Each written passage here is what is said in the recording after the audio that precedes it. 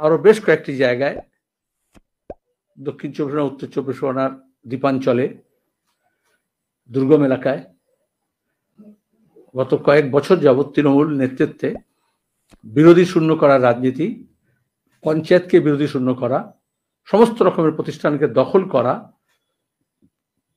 এবং অ্যাডমিনিস্ট্রেশনকে, local অ্যাডমিনিস্ট্রেশনকে including police এবং civil, তাকে অকেজ করে দেওয়া আর লুটতরাজের সাম্রাজ্য তৈরি করা।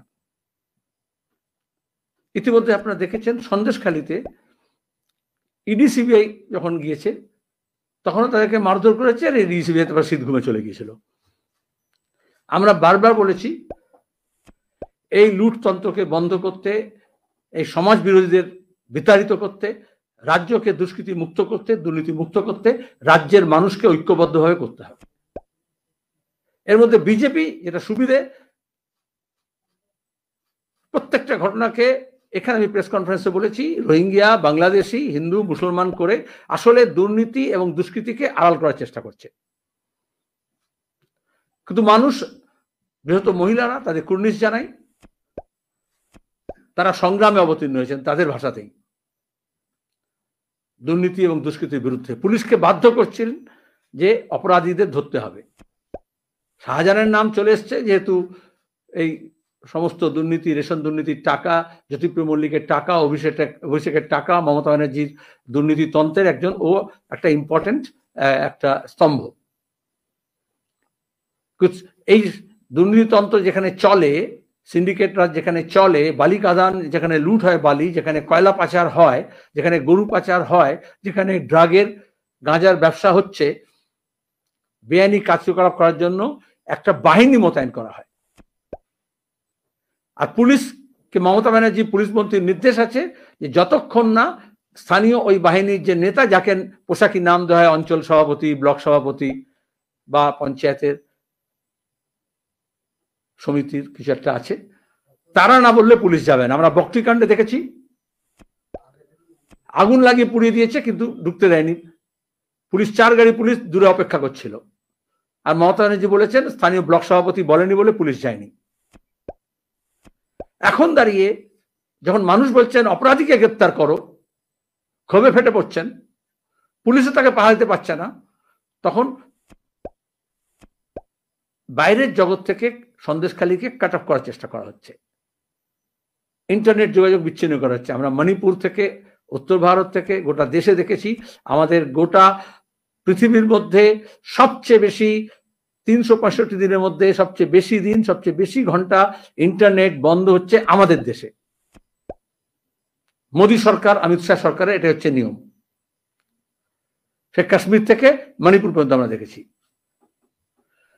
তাহলে তৃণমূলের সরকার ওই একই ডোভালের নির্দেশে কাজ করছেন, এবং প্রথম কাজ হচ্ছে অপরাধীকে ধরা নয়, ইন্টারনেট বন্ধ করা, যাতে মিডিয়া খবর করতে না পারে, ছবি বাইরে না আসতে পারে, মানুষ যোগাযোগ না করতে পারে। একটা বড় অংশের মানুষ এই দ্বীপাঞ্চলে, তারা বসিরহাটে, বারাসাতে, টাকিতে, কলকাতায়, দেশের অন্যান্য প্রান্তে যা অর্থনীতির অবস্থা হয়েছে, কাজের জন্য, শিক্ষার জন্য, স্বাস্থ্যের প্রয়োজনে তাকে ইন্টারনালি মাইগ্রেট করতে, এক জায়গা থেকে আরেক জায়গায় যেতে হয়। তারা বিচ্ছিন্ন হচ্ছে, সম্পর্ক বিচ্ছিন্ন হচ্ছে, ব্যাপক উদ্বেগের ব্যাপার হচ্ছে। আর যেহেতু এখানে তৃণমূল এই রেকর্ড স্থাপন করেছে, ভোটের সময় বলে বাংলার মেয়েকে চায়, আর ভোটের পরে তৃণমূলের পঞ্চায়েত মেম্বার, তৃণমূলের মস্তান, তৃণমূলের গুন্ডারা বাংলার মেয়েকে চায়। আর কি দুর্দশার অবস্থার মধ্যে, কি ভয়ের অবস্থার মধ্যে, কি বেইজ্জতির মধ্যে এই মহিলাকে জীবন কাটাতে হচ্ছে, তাই তো বহিঃপ্রকাশ ঘটেছে। পুলিশ, সর্বোচ্চ পর্যায়ের পুলিশ অফিসাররা, তারা অপরাধীদের না ধরে সেই অপরাধীকে দিয়ে, সেই শিবু হাজরাকে দিয়ে মিথ্যা এফআইআর করেছে। ওটা ফেক এফআইআর হবে, আমার কাছে এফআইআর কপি আছে। সেখানে আমাদের ওখানকার প্রাক্তন এমএলএ, আমাদের পার্টির রাজ্য কমিটির সদস্য, আমাদের ক্ষেত মজুর সংগঠনের রাজ্য সম্পাদক, সর্বভারতীয় নেতা, আদিবাসী নেতা, আদিবাসী অধিকার মঞ্চের নেতা, তাকে 1 নম্বর আসামি সাজিয়ে সবচেয়ে বড় অপরাধী শাহজাহান, তার সব ডানহাত, যাকে এখন বিজেপি কিনতে চাইছে, তার নামে একটা এফআইআর জমা হয়েছে। আজকে সকালে বাঁশদ্রোণীর বাড়ি থেকে কমরেড নিরাপদ সর্দারকে পুলিশ বাঁশদ্রোণী থানায় নিয়ে এসে গ্রেপ্তার করেছে, আটকে রেখেছে। আপনার সঙ্গে যখন কথা বলছি, গত 1 ঘন্টা 1.5 ঘন্টা ধরে থানার সামনে বিক্ষোভ চলছে। কলকাতা পুলিশ বাঁশদ্রোণী থানা বলছে আমরা কিছু জানি না, ওইখান থেকে আসছে এসডিপিও বা এসপি বা বসিরহাট থেকে, উত্তর চব্বিশ পরগনা থেকে, তারা কাগজপত্র নিয়ে আসছে, বিনা কাগজ তারা ডেকেছে, অ্যারেস্ট করেছে। এবং যে নিয়ে আসবে যদি মেমো, সেটা তো ভিত্তি হচ্ছে এফআইআর। সে এফআইআর কি বলা হয়েছে? শিবু হাজরা বলছে 7 তারিখে আমাকে খুন করতে এসেছিল, আমার সব ভাঙচুর করেছে, যেটা ওখানকার মানুষ বিক্ষোভের প্রতিফলন ঘটেছে, আপনি দেখেছেন। তা স্বাভাবিক, পুলিশ যখন কোনো ব্যবস্থা নিচ্ছে, আমরা বলেছিলাম চোর ধরো জেল ভরো, পুলিশ চোরকে পাহারা দিয়েছে, মানুষ চোর ধরার চেষ্টা করেছে। 7 তারিখের ঘটনার বিবরণ দিয়ে 8 তারিখ সকালে এফআইআর করেছে সবচেয়ে বড় অপরাধী ডান হাত, সে একজন অপরাধী। তৃণমূল তাকে শেল্টার দিচ্ছে, পুলিশ তাকে পাহারা দিচ্ছে। 7 তারিখে যে ঘটনা যখন বলা হচ্ছে এফআইআর উল্লেখ, এই বাড়িতে, এই ঘরে যেখানে আমি বসে আছি, এখানে কমরেড নিরাপদ সর্দার, আমাদের 7-8 পিসি মিটিং ছিল, 7 তারিখে এইখানে ছিলেন উপস্থিত সারাদিন রাজ্য কমিটির বৈঠকে। তাহলে মিথ্যা এফআইআর করা হলো, তার নাম 1 নম্বর দেওয়া হলো কেন? সিপিএম কে ভয়? মমতা ব্যানার্জি ভয় দেখছেন? আমরা ভয় দেখাচ্ছি না। 8 তারিখ সকালে এফআইআর করেছে, 8 তারিখ সকালে বীরভূমে গিয়েছে। এখানকার মিটিং থেকে আমরা সিদ্ধান্ত নিয়েছিলাম 7 তারিখে, যেহেতু বীরভূমে ও ক্ষেত মজুর আন্দোলনের নেতা, যে ক্ষেত মজুর মহিলারা তাদের প্রাণহানি হয়েছে, সেখানে সে গিয়েছিল সাহায্য নিয়ে এবং তাদের দুঃখ দুর্দশা শুনতে। তাহলে তৃণমূল একটা মিথ্যা এফআইআর করিয়েছে, পুলিশ লিখে দিয়েছে, এফআইআর টাইপ করা আছে, আপনাদের আমি কপি দিয়ে দিতে পারি এফআইআর। সেখানে ঘটনা বিবরণ দিয়ে ওকে 1 নম্বর আসামি করে আর অনেকের নাম দিয়ে দেওয়া হয়েছে। নিঃশর্ত মুক্তি চাই। আমরা ইতিমধ্যে বাঁশদ্রোণী থানার সামনে বিক্ষোভ দেখানো হচ্ছে। আজকে যদি মুক্তি না দেয়, আমরা আজ থেকেই রাজ্যের সর্বত্র বামপন্থী মানুষ, গণতন্ত্রপ্রিয় মানুষ, এই যে গোটা দেশে যে আনডিক্লেয়ার্ড ইমার্জেন্সি করা হয়েছে এবং মিথ্যা অভিযোগে যে মিথ্যা মামলা করে মানুষের জেলে পচানো হচ্ছে, তার বিরুদ্ধে তারা, এবং নিরাপদ সঙ্গে অন্য আরো কয়েকজন মহিলাকে গ্রেপ্তার করেছে, যারা আন্দোলন করছিলেন ওখানে, বাকিদেরকে খোঁজার নাম করে অত্যাচার করছে, পরিবারের লোকজনকে নির্যাতন করছে। আমরা এদের যাদেরকে গ্রেপ্তার করা যাবে না, মুক্তি দিতে হবে, নিঃশর্ত মুক্তি দিতে হবে, এবং পুলিশ অপরাধীকে ধরবে। আজকে শুধু সন্দেশখালী নয়, সন্দেশখালী 1, 2, হিঙ্গলগঞ্জ, মিনাখা, হাড়োয়া, ক্যানিং, ভাঙড়, এই গোসাবা, বাসন্তী, যেখানে যেখানে এরকম মুক্তাঞ্চল করে বেআইনি অস্ত্রশস্ত্র মজুত করে জমি লুট, ভেড়ি লুট, খালকে দখল করছে, চরকে দখল করছে, যেখানে জল আছে সেখানে দখল করছে ভেড়ি, যেখানে ক্ষেত আছে সেখানে নোনা জল ঢুকিয়ে ভেড়ি করছে। আমরা বলেছিলাম জমি যার লাঙল তার, মমতাজি এখন বলছেন অস্ত্র যার জমি তার। আমরা বলেছিলাম জল যার জাল যার জল তার, মৎস্যজীবীদের বাঁচানোর জন্য। আর এখানে দাঁড়িয়ে মমতা ব্যানার্জি ঘোষণা করছেন যখন মৎস্য সাথী, তখন আমরা দেখতে পাচ্ছি কিভাবে ওরা যারা মাছ চাষ করে তাদের অধিকারকে হরণ করেছে, যারা চাষ করে তাদের অধিকারকে হরণ করেছে। একই সঙ্গে আজকে আমাদের মহিলা নেত্রীরা, যুব নেত্রীরা, যুব সংগঠনের নেতারা, বিভিন্ন গণসংগঠনের নেতারা, তারা সন্দেশখালীর দিকে রওনা দিয়েছিলেন। যেহেতু বললাম ওটাকে কাট অফ করছে ওরা, ওখানে কি অপারেশন করবে পুলিশ আমরা জানি না। নেজাটে মীনাক্ষী সহ, কনিকা সহ এদের সবাইকে ওরা আটকেছে, যেতে দেবে না। পুলিশ অপরাধী ধরতে পারছে না, কিন্তু এটা দেখবেন, এটা হচ্ছে স্ট্যান্ডার্ড অপারেশন প্রসিজিওর বেঙ্গল পুলিশের, কলকাতা পুলিশের, আমাদের ইউপি পুলিশেরও তাই একই, যে যেখানে অপরাধ হবে অপরাধ দমন করবে না, কিন্তু অকুস্থলে কাউকে যেতে দেবে না।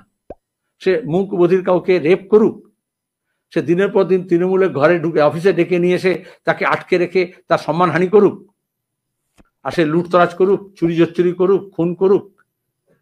আমরা ময়নাগুড়ি থেকে, কোচবিহার থেকে, ফালাকাটা থেকে একেবারে দক্ষিণ কলকাতা পর্যন্ত, দক্ষিণ চব্বিশ পরগনা দেখেছি এই একই অপারেশন। বক্তৃতা যেতে দিচ্ছিল না, যেখানে আগুনে পুড়িয়ে মেরেছিল তৃণমূলকে, আমরা গিয়েছিলাম। এখানেও ন্যাজাটোর আটকে রাখতে পারবে না, আমাদের নেতা নেত্রীরা যাবে। এবং এটা হচ্ছে ডেমোক্রেটিক রাইটস, গণতান্ত্রিক অধিকার। সংবিধানে ভারতের নাগরিক যে কেউ যে কোনো জায়গায় যেতে পারে। গরু পাচার করছে, মানুষ পাচার করছে, ট্রাফিকিং করছে, উইমেন ট্রাফিকিং হচ্ছে, বেআইনিভাবে সমস্ত কার্যকলাপ হচ্ছে, অথচ আক্রান্ত মানুষের পাশে সংগঠনের নেতা নেত্রী সংগঠন যাবে না। যারা ইনসাফ চাইছে, যারা হক চাইছে, তাদের কাছে যাবে না। যারা ইনসাফ নিয়ে লড়াই করছে, ইনসাফের জন্য লড়াই করছে, এটা হতে পারে না। এই বিধিনিষেধও রাখে। পুলিশের উচিত অপরাধীদের ধরে নেওয়া এবং এই সমস্ত যা কিছু আমরা ল্যান্ড রিফর্ম করে, তারপরে উদ্বাস্তু পুনর্বাসনের মাধ্যমে যেখানে যাদেরকে যা জমি পাট্টা দিয়েছিলাম সেই সমস্তগুলোকে এবং ভেস্ট ল্যান্ডগুলোকে তারা সমস্ত রেকর্ডসগুলোকে বাতিল করে দিয়ে রিভার্সাল করছে এবং সেখানে তৃণমূল নিজের কবজায় নিচ্ছে, পরে এগুলোকে কর্পোরেটদের হাতে দেবে। এসব প্রাকৃতিক সম্পদকে শুধু লুট করছে না, এটা ফ্রেজাইল যে ইকোসিস্টেম সেটাকে নষ্ট করছে। জল, জমি, জঙ্গলের সঙ্গে সেখানকার যারা বাসিন্দা আছে তাদের একটা ওতপ্রোত যুক্ত। কিন্তু এই 75-25-এর ভাগ নেওয়ার জন্য কালীঘাট থেকে যে ব্যবস্থা করা হয়েছে সেখানে ওখানকার পরিবেশকে, শুধু রাজনৈতিক পরিবেশকে দূষিত করা হয়েছে তা নয়, পরিবেশকেও, পরিমণ্ডলকেও দূষিত করা হচ্ছে। বলুন। इतने सब बात तो हिंदी में नहीं बोल पाएंगे। आप कोई सवाल करने से मैं बोल देता।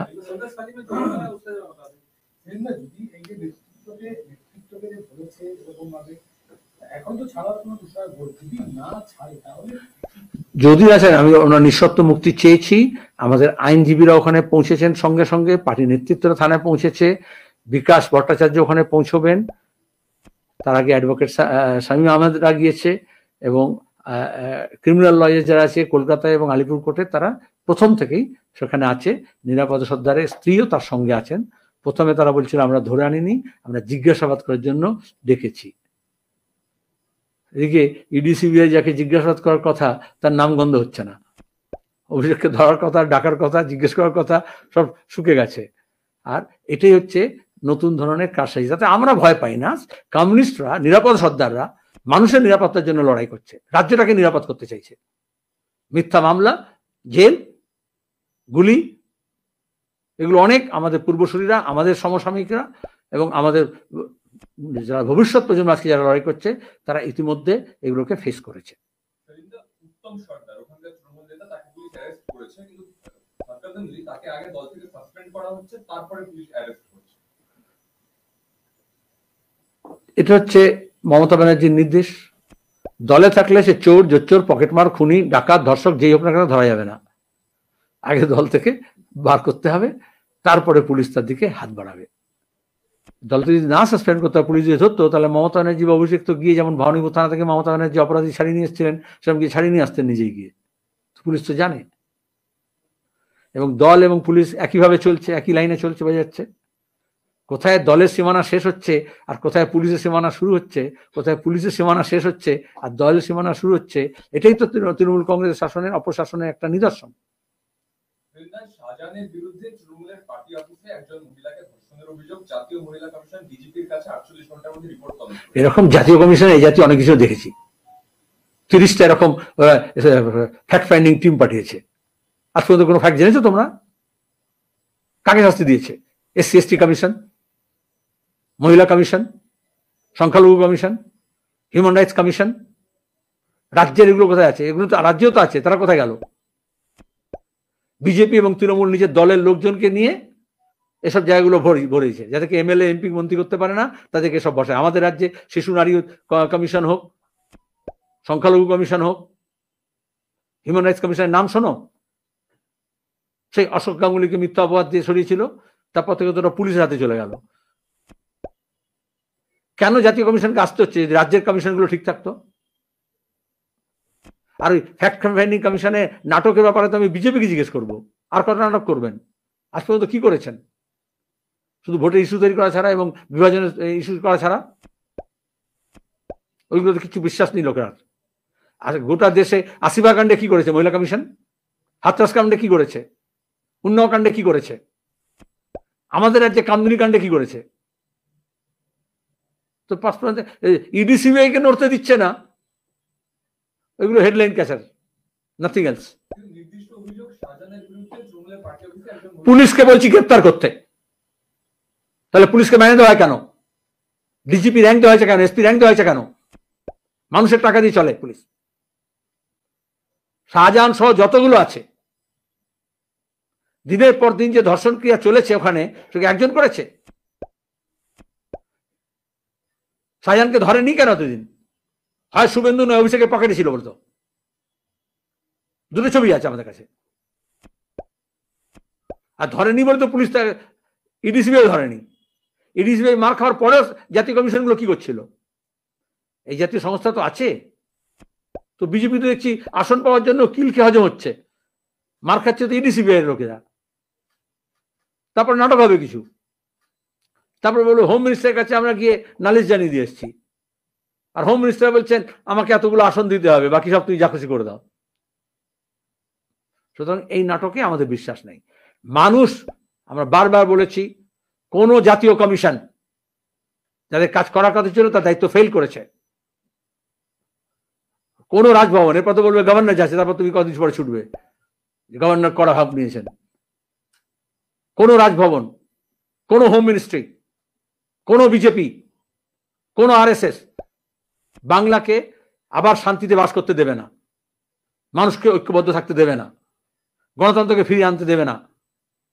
ওদের ভরসায়, ওদের সঙ্গে লেনদেনের সম্পর্ক করেই আজকে এই দুরবস্থা হয়েছে। আগেই মানুষ সংঘবদ্ধ হয়ে এদেরকে তাড়িতে পারতেন। তো কেউ কেউ মনে করেছিলেন নবান্নকে শায়েস্তা করবে 56, কেউ কেউ মনে করেছিলেন রাজভবন করবে, কেউ কেউ মনে করেছিলেন 356 করবে, কেউ কেউ মনে করেছিলেন দিল্লিতে গিয়ে কান্নাকাটি করলে এখান থেকে কিছু ব্যবস্থা হবে। অনেক বিজেপি নেতারা এখন এই ছলচাতুরি ধরতে পারছেন, এটা মিথ্যাচার হয়েছে। বরঞ্চ এই শাহজাহান আর শিবু হাজরা এক, উত্তম সর্দার এক, কিন্তু মানুষকে হিন্দু আর মুসলমান নামে ভাগ করা হয়েছে যাতে সেই মানুষের উপরে শোষণ এবং শাসন আর লুট চলতে পারে। এই জন্য আমরা এই মানুষকে এক কাট্টা করে এই সব শাহজাহান, সব আরাবুল, সব শওকত, সব জাহাঙ্গীর, সব অভিষেক, সব জ্যোতিপ্রিয় মল্লিক, সব উত্তম সর্দার, অধম সর্দার, শিবু হাজরা হোক, আর ওইসব বললে কাকু মাকু পিসি পিসি অনেক কিছু বলে না, এদের বিরুদ্ধে মানুষ ব্যবস্থা নেবে। আর মিথ্যা মামলা করে তাদের দমানো যাবে না। 85,000 মিথ্যা মামলা করেছে আমাদের নামে, 80,000 মামলা আছে কোর্টে। অধিকাংশ দিন দেখবে মামলাগুলো খারিজ হচ্ছে। লড়াই আরো বাড়বে। सलीम दा, अभी अगर आपसे मैं पूछूं कि अभी जो उत्तम हाजरा हुए या फिर अभी जितने भी जिनको पार्टी से सस्पेंड करके उनको अरेस्ट किया गया है, क्या ये पुलिस शाहजहां शेख से जो ध्यान हटाने के लिए ये सारा कदम? बिल्कुल ऐसे ही होता है। मैं इसलिए बोला कि हेडलाइन कैचर होता है ताकि सुर्खियों में कुछ और आ जाए और असली जो घटना है वो लोग भूल जाएं या वो पीछे के पन्ने में चले जाए। और इसको सस्पेंड करने का तृणमूल का मतलब नहीं है। अगर तृणमूल से सस्पेंड किया है तो देखना पड़ेगा मिस कॉल दे दिया है बीजेपी को। बीजेपी से अगर सस्पेंड किया तो देखना पड़ेगा तृणमूल के मेंबरशिप में वो चलाया है।